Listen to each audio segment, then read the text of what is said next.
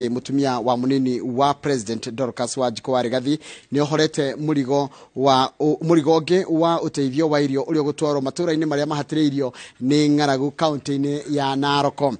Wajiko tongoretie mihango eno office-ini nene cia ruhonge rwa Red Cross guku bururi-ini kuria oritie a Kenya wendi mwega metikire gwitika buya aria me ugwati-ini wa ng'aragu. Wajiko ni ongereire ati thirikari ni no uhoti wa gukinya ūteithio uria ugutwarwo kana ukurutwo kuri aria marabatara niguo mundu wina uhoti ndagakorwo na wagagu wa ūteithio wake gukinyirio kuri a Kenya makiria ya milioni 4 aria mari ugwati-ini wa ng'aragu.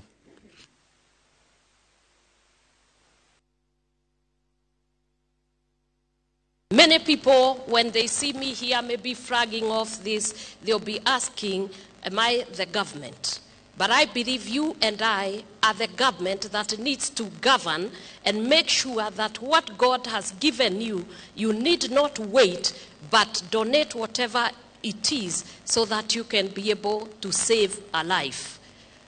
Hunger does not know religion. Hunger does not know color. Hunger does not know white. Hunger does not know poor or the rich. When it strikes, it kills. We have gathered here today to ensure that at least we show some commitment to our basic humanity, that we always say whatever we have extra, we can always try to use and utilize for the sake of those in dire need. Many people now in some areas in this country might be in dire need of food. And this food that we have at least gathered to flag off today will be able to support them and be able maybe to support various families. As the drought continues to intensify, the needs of the community continue to increase. People need food, water, and health services, among others.